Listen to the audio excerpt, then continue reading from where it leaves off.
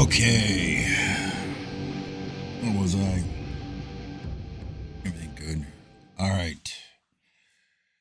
Oh, Acts 177:22. Brothers and fathers, listen to the defense I now make before you. When they heard him addressing them in Hebrew, they were all the more quiet. So he went on. I am a Jew born in Tarsus of Cilicia, but brought up in this city, educated at the feet of Gamaliel in all the strictness of our ancestral law, ardent for God as you all are today. I persecuted this way of religion to the death, chaining and imprisoning both men and women, as the high priest and all the council of the elders can testify.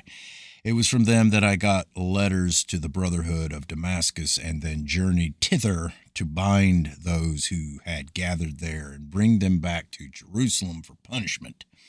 Now, as I neared Damascus on my journey, suddenly about noon a brilliant light from heaven flashed around me.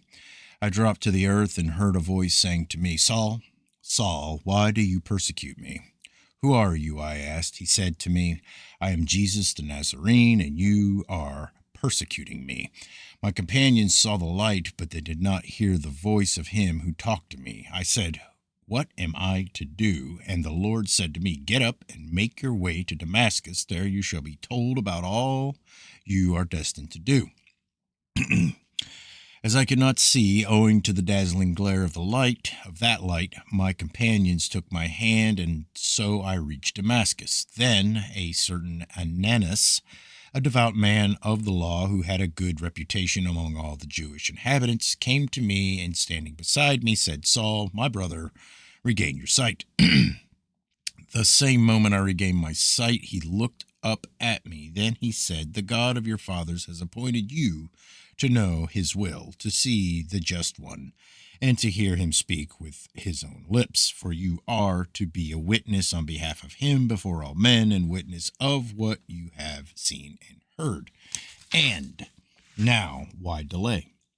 Get up, be baptized, and wash away your sins, invoking his name.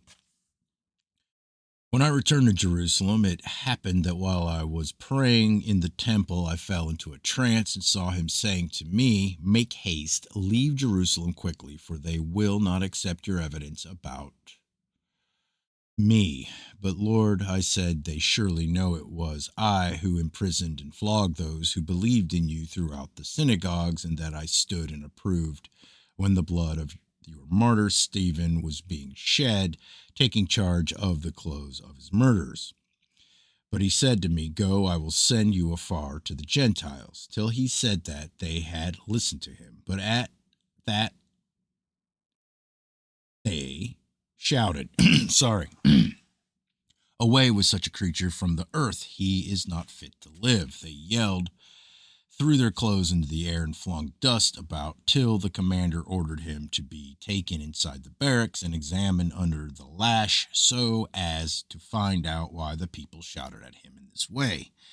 They had strapped him up when Paul said to the officer who was standing by, Are you allowed to scourge a Roman citizen, and to scourge him without a trial?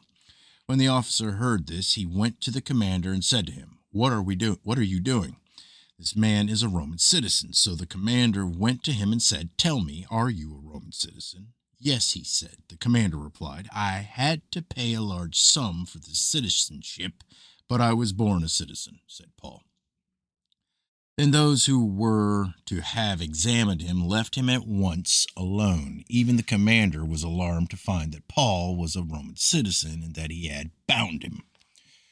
23. Next day, as he was anxious to find out the real reason why the Jews accused him, he released him, ordered the high priest and all the Sanhedrin to meet, and brought Paul down, placing him in front of them. With a steady look at the Sanhedrin, Paul said, Brothers, I have lived with a perfectly good conscience before God down to the present day.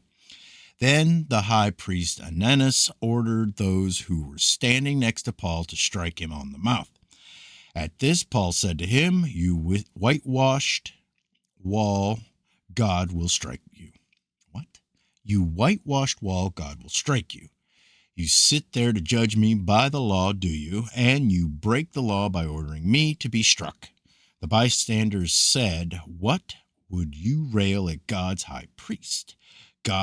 Or brothers, said Paul, "I did not know he was high priest, for it is written, you must not speak evil of any ruler of your people."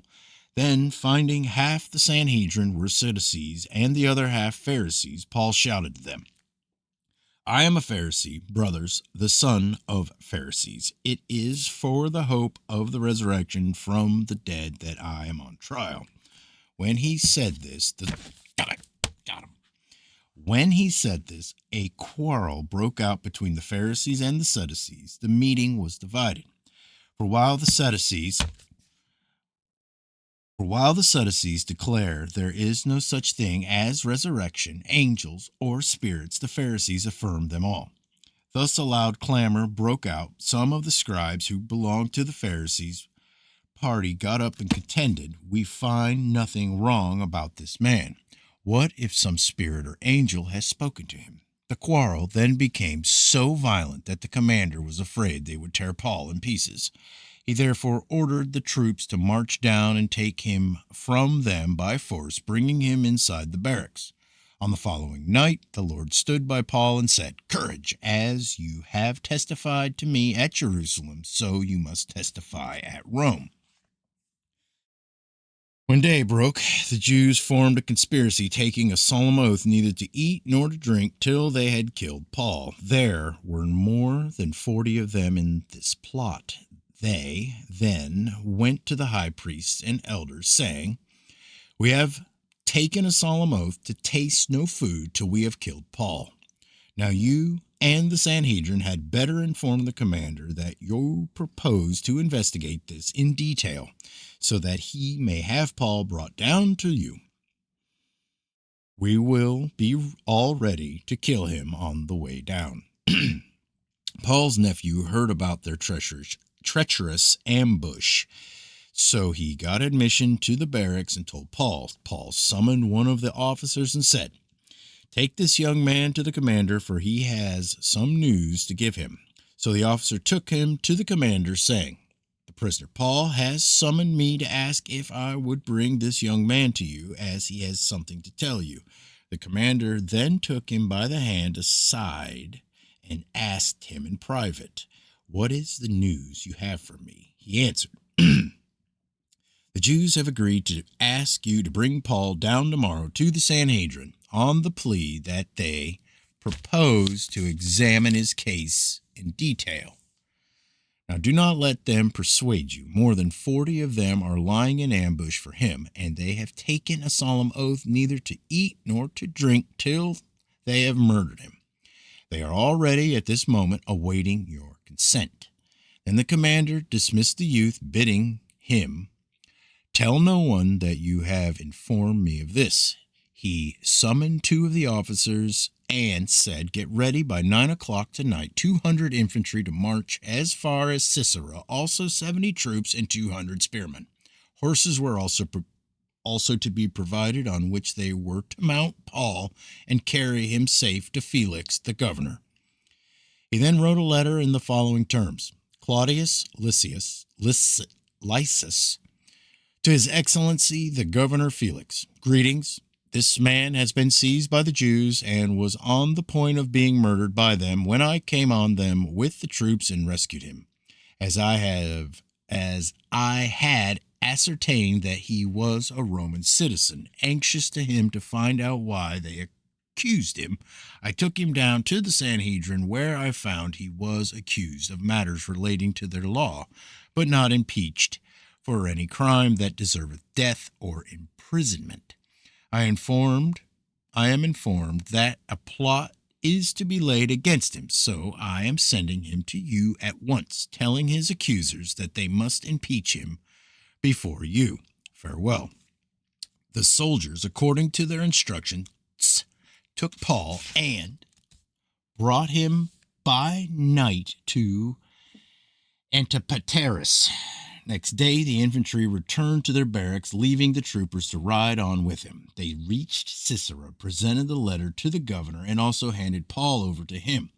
On reading the letter, he asked what province he belonged to, and finding it was Cilicia, he said, I will go into your case whenever your accusers arrive, giving orders that he was to be kept in the praetorium of Herod.